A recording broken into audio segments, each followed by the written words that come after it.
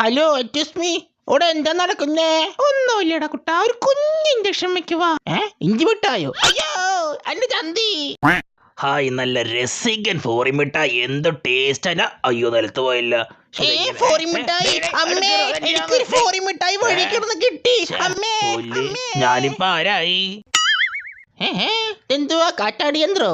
എന്തായാലും കൊള്ളാൻ നല്ല കാറ്റൊക്കെ ഉണ്ട്. അയ്യേ വിഷവാതകം. എവനെ ഞാൻ ഇന്ന് നിർത്തടാ നിന്റെ ബയോഗ്യാസ് പ്ലാന്റ്. ബാക്കിയുള്ളവരോട് ജീവിക്കണം.